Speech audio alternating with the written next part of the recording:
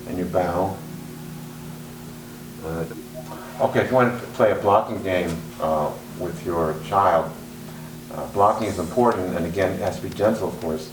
So one of the blocks that we practice, and we have actually a tutorial on it, is called Rising X Block. And this really builds up speed for the child. So Rising X Block is we have them cross their hands in front and bring it straight up over their head.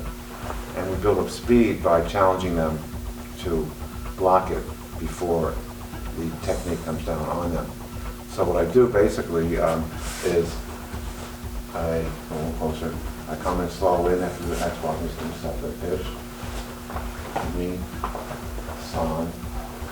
So good. And then you want to maybe go faster. Height, height, height, height.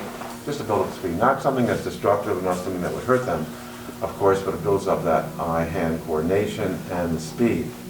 We already have a tutorial on the elbow strikes, and that's something they really should do every day. Everyone should do it.